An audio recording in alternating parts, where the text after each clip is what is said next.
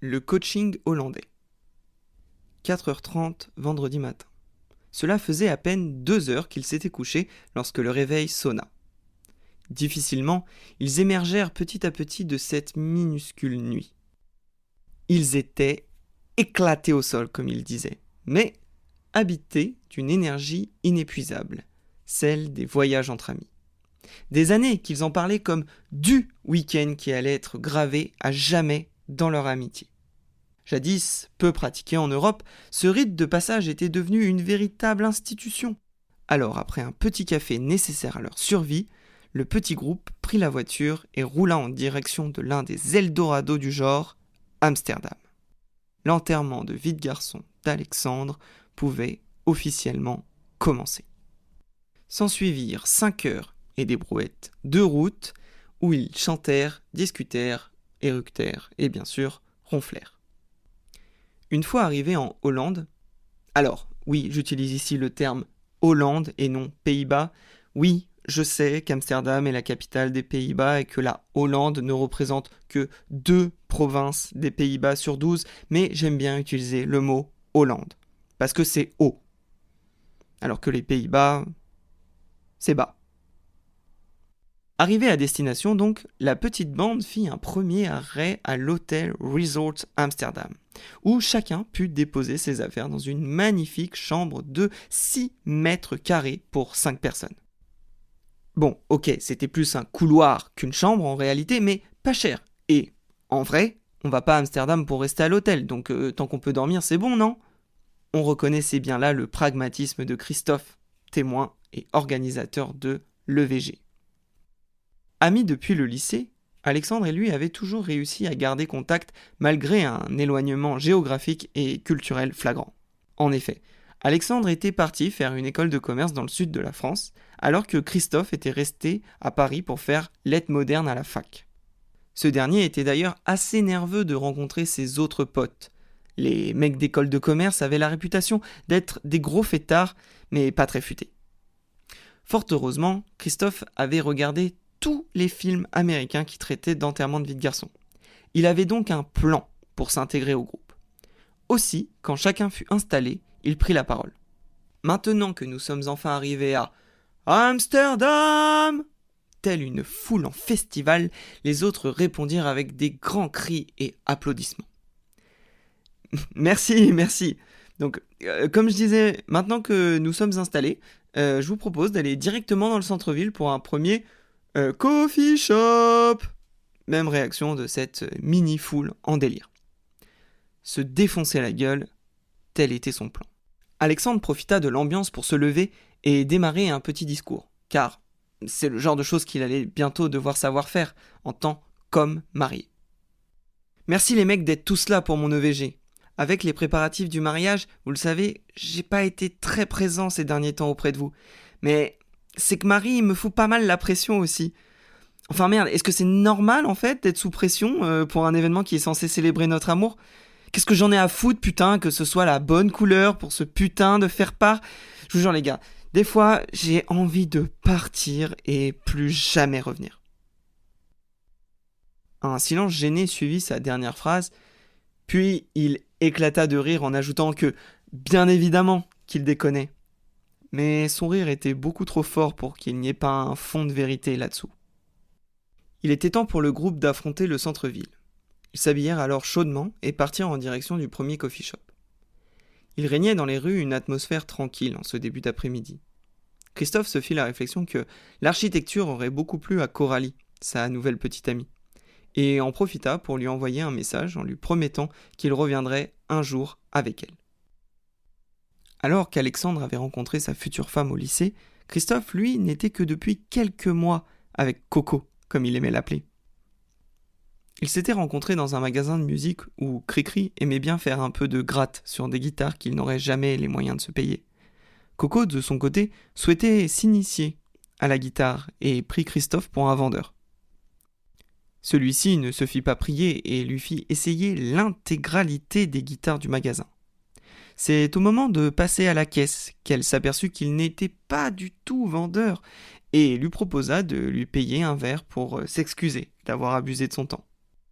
Celui-ci se surprit à accepter, D'habitude, il avait si peu confiance en lui que le simple fait de parler à une inconnue le mettait mal à l'aise. Alors, aller boire un verre en tête-à-tête, c'était tout simplement la fin du monde. Mais il l'avait suivi, et quelques mois plus tard, recevait le message suivant. « J'espère que vous avez fait bonne route. Trop chaude pour qu'on y aille ensemble. » Le premier coffee shop où ils firent un arrêt apparaissait dans le guide du routard et, d'après Google, ce coffee shop un peu en retrait est peu fréquenté par les touristes et offre une ambiance lounge très agréable. En tout cas, c'était l'avis laissé par Fonce D45. Christophe, n'ayant pas eu de très bonnes expériences avec les joints classiques, décida de prendre un Space Cake. Et ce fut très certainement sa première connerie du week-end. Au début, il ne ressentit pas trop les effets du cannabis sur son corps. Mais ce n'est qu'une fois sorti du coffee shop qu'il comprit. Je ne sais pas si vous êtes déjà allé à Amsterdam, mais il y a des choses que vous ne remarquerez pas avant votre premier arrêt au coffee shop. En effet, ce n'est qu'une fois bien défoncé que les lumières scintillantes des magasins de sucreries vous attirent l'œil et que le donut fourré et nappé de chocolat, puis recouvert d'une orgie de chamallows, vous excitera plus que n'importe quelle vitrine d'Amsterdam. Ce même donut qui aurait pu vous paraître too much avant ce premier coffee shop, mais qui vous semble dorénavant être un bien nécessaire à votre survie. Car ce n'est plus quelque chose dont vous avez envie, mais bien quelque chose dont vous avez besoin. Le reste de l'après-midi fut assez flou pour Christophe, car après le premier coffee shop, il y en eut un deuxième, et peut-être un troisième, mais c'était pour un vrai café celui-ci. Le peu dont il se souvient est qu'ils sont allés au Museum of Sex, car il conserve en mémoire des flashs d'organes génitaux particulièrement perturbants, et qui resteront sans doute à jamais gravés dans son esprit. Le brouillard de cette journée commença à s'évaporer après avoir dîné en début de soirée. La journée ayant été particulièrement éprouvante, la petite bande décida de rentrer à l'hôtel pour se poser un peu. À cet instant, Christophe fut très heureux de retrouver ses capacités physiques et mentales. Il n'avait pas l'habitude de se retrouver dans un tel état et avait hâte de se reposer. Mais la journée était loin d'être terminée. Il n'était rentré que depuis 5 minutes lorsque le destin de cette soirée bascula dans une direction que Christophe avait en horreur. Bon les gars, pour vous remercier de m'avoir amené à Amsterdam et me permettre de me changer un peu les idées, je nous ai acheté tout à l'heure des champis, annonça Alexandre en grande pompe. Et une fois encore, ovation générale de la part du groupe. Seul Christophe resta silencieux. Il était là, ce moment qu'il détestait. Ce moment où il allait annoncer aux autres que, malheureusement, il ne pourrait pas les suivre, qu'il était fatigué et que, s'il voulait en profiter encore demain, il valait mieux qu'il se repose. Après plusieurs commentaires de type « T'es sûr ? Bon, c'est dommage quand même. Nous aussi on est fatigués, mais c'est la fête !» La petite bande finit par le laisser tranquille et partir de la chambre. Ce n'était pas la première fois que Christophe se retrouvait dans cette situation. En soirée, il était toujours le premier à aller se coucher, le premier à questionner une potentielle connerie, le seul à refuser systématiquement quand on lui proposait d'aller en boîte à la sortie du bar. Ce n'était pas toujours facile d'être la voix de la sagesse, ou, comme les autres l'appelaient, le party pooper. À peine allongé dans son lit, Christophe s'endormit aussitôt.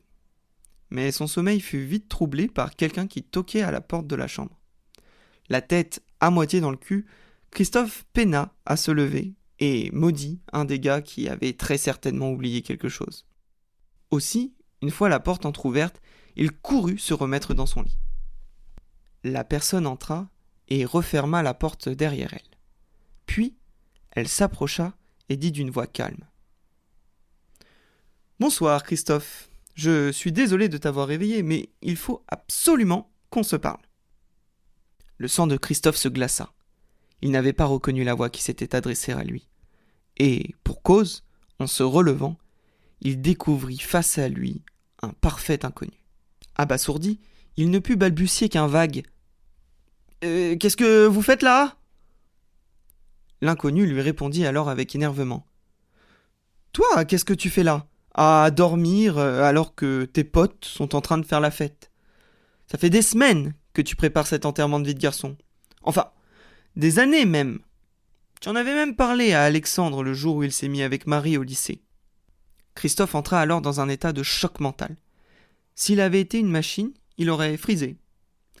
Comment cet inconnu pouvait-il lui parler d'une conversation qu'il avait lui-même eue 10 ans plus tôt et dont il ne se souvenait que partiellement?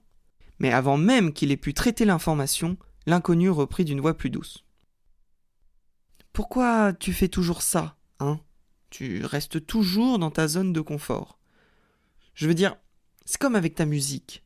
Tu pourrais trouver des gens avec qui jouer ou mettre tes compositions sur Internet. Mais non, tu ne le fais pas, car c'est en dehors de ce que tu sais faire. » Christophe, piqué au vif, répondit alors.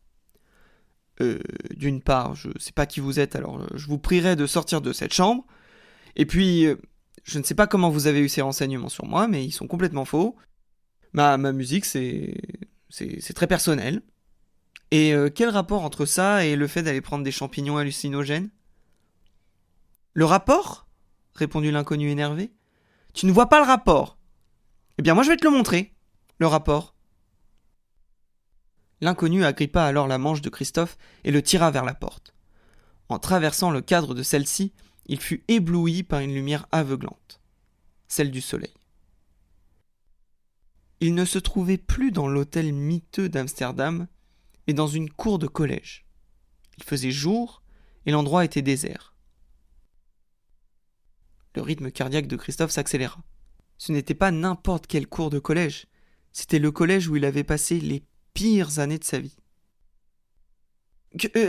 Comment vous avez fait ça ? Christophe, qui était toujours en pyjama, se mit alors une petite claque, pour être sûr de ne pas rêver. Il s'approcha de l'un des seuls arbres de la cour et le toucha. Celui-ci était tout à fait normal. Cela provoqua en lui 2 sentiments très contradictoires que l'on retrouve dans toutes les choses que l'on qualifie d'extraordinaires. Une subtile combinaison entre excitation et crainte de ce qui va arriver. L'inconnu sentit alors qu'il était temps pour lui de se présenter. Bon, Christophe, je vais faire simple. Mon nom est François et j'aide les personnes comme toi à s'épanouir dans leur vie personnelle et professionnelle. Un peu comme un coach en développement personnel, mais en un peu plus magique, quoi. Et non, je n'essaierai pas de te vendre une formation sous la forme d'un e-book, ne t'en fais pas. Comme tu peux le voir, j'ai la capacité de te ramener dans des endroits qui ont marqué ta vie. Cela va te rappeler des souvenirs et te démontrer à quel point tu dois prendre conscience de ta situation. Pour commencer, j'ai choisi un lieu qui doit te rappeler beaucoup de souvenirs douloureux. C'est à cet endroit qu'est née ta peur des autres. Ma peur des autres, répliqua Christophe interloqué. Oui, c'est dans cette cour de collège que ta réalité d'enfant a volé en éclats lorsque tu t'es retrouvé confronté à la violence morale et physique de cet environnement. Christophe n'avait jamais spécialement été victime de harcèlement, mais il se souvenait très bien des amas de préados parqués dans cette minuscule cour, des bastons qui ameutaient les foules, des calottes qu'il se prenait sans savoir d'où elles venaient, des béquilles dans les rangs, du couloir sombre où se trouvaient les salles de techno, des filles qui se moquaient, même les moches, des profs qui criaient, et enfin de la boule au ventre qu'il portait quand il était en chemin pour rejoindre cet enfer. Oui, c'est vrai que je ne conserve pas de très bons souvenirs de cet endroit. Et depuis, tu te méfies des autres. Bah, bien sûr, mais c'est normal, non ? Il y a plein de gens qui ne nous veulent pas du bien dans la vie. Donc, tu pars du principe qu'un inconnu te veut forcément du mal. Et c'est là, en tant que coach, que je ne peux que te conseiller de réviser cette posture et partir du principe que les gens te veulent du bien. Ça, c'est mon premier conseil. Pour la suite, c'est par là. Il se dirigea vers le bâtiment C et ouvrit la porte pour entrer dans celui-ci. Christophe, ne souhaitant pas rester tout seul, le suivit. En passant par la porte, Il fut de nouveau surpris en découvrant qu'il n'était pas dans un des couloirs de son collège, mais dans un environnement beaucoup plus agréable, sa chambre d'enfant. Celle-ci ne lui appartenait plus depuis que ses parents avaient vendu la maison. Mais pourtant, tout était là. Son petit bureau, ses Lego Star Wars sur le tapis, son radio-réveil qui projette l'heure au plafond, et même le papier peint bleu clair que son père avait remplacé lorsqu'il avait atteint l'adolescence. François, tel un guide de musée, reprit alors la parole. Comme tu peux le voir, nous nous trouvons dans ta chambre d'enfant. Elle symbolise ton ultime zone de confort, l'endroit où tu t'es senti le plus en sécurité. Et c'est ici qu'est née ta peur de l'extérieur. Pointa du doigt la fenêtre. Christophe s'approcha alors de la grande fenêtre et observa. Il faisait nuit et la rue déserte était éclairée par un lampadaire rond qui diffusait une lumière blanche. Les grands arbres formaient des ombres sur le sol en bitume. On entendait des chats miauler au loin.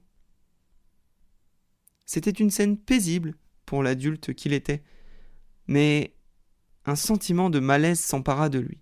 Et si les arbres cachaient quelque chose ? Et s'il y avait quelqu'un en bas qui le voyait, mais que lui ne voyait pas ? Et si des jeunes traînaient dans les parages ? Il dégagea alors le regard de la fenêtre à la recherche de quelque chose d'apaisant, et ouvrit son placard à jouets. Il s'était mis à la recherche d'un des trésors de son enfance. C'est caché sous un amas de Lego qu'il trouva la petite boîte en métal. Il la prit alors religieusement et l'ouvrit avec beaucoup de soin. À l'intérieur se trouvait une énorme pile de cartes Pokémon. Oh là là, mais vous avez une idée de combien ça coûte en 2020 ces trucs ? Avec Alex, on en avait une énorme collection quand on était petit. Bon, c'était plus mon truc que lui, et je crois qu'il en achetait juste pour qu'on soit copains. François lui prit alors les cartes des mains et s'emporta. Tu vois ce que t'es en train de faire ? Tu fuis ta peur de l'extérieur. Tu fuis ce que tu ne connais pas. C'est comme tout à l'heure avec les champis ou avec les potes d'Alexandre que tu ne connais pas, mais que tu juges. Christophe baissa la tête en silence et ferma les yeux. C'est vrai qu'il était comme ça. Il se méfiait pour rien, il détestait essayer quelque chose de nouveau et préférait une tisane à la maison qu'une bière en terrasse. Mais en quoi cela l'empêchait-il d'être heureux ? Car, quand c'était important, il y allait dehors. Quand c'était pour sa petite amie Coralie ou pour Alexandre, il ne fuyait pas, il y allait. Quand ils avaient besoin de lui, il n'avait plus peur. Il ouvrit alors les yeux pour confronter ce soi-disant coach. Cependant, il constata qu'il n'était plus dans sa chambre d'enfant, mais dans la minuscule chambre d'hôtel à Amsterdam. Un peu déboussolé, il chercha autour de lui et appela « Monsieur le coach ?» Seul le silence lui répondit. Christophe se remit alors dans son lit et repensa à ce qui devait certainement être un rêve mélangé à un résidu de space cake mal digéré. Les souvenirs de sa chambre d'enfant étaient encore très frais dans son esprit. Il repensa aux cartes Pokémon et aux après-midi qu'il avait passés avec Alexandre à l'étrier. Il était si foufou, à l'époque, toujours à faire le con, alors que ces derniers temps, il avait toujours l'air blasé et triste. « Eh merde !» s'écria Christophe en se levant de son lit. En quelques secondes, il se rhabilla et sortit de la chambre. Dehors, il trouva Alexandre assis seul sur un banc. En voyant arriver Christophe, il sourit. « Bah, alors, papy, tu dors pas ? Et toi, t'es pas sous champi ? » Ah, j'avais un peu la flemme finalement. Et puis, ça me faisait un peu peur. Ça, je peux comprendre, t'inquiète. Le téléphone d'Alexandre se mit alors à vibrer. C'était Marie qui lui avait envoyé plusieurs messages. Christophe lui demanda alors « Et du coup, ça se passe bien, la préparation du mariage ?» Bof. Ouais. Bon, allez. Viens, on va se prendre un verre et tu vas tout me raconter. Merci d'avoir écouté cette histoire. Si vous l'avez aimée, n'hésitez pas à la partager et mettre 5 étoiles sur votre application de podcast. Enfin, si vous aimez les histoires de Papy Pierrot et que vous en voulez d'autres, faites-le moi savoir en commentaire. Merci à vous.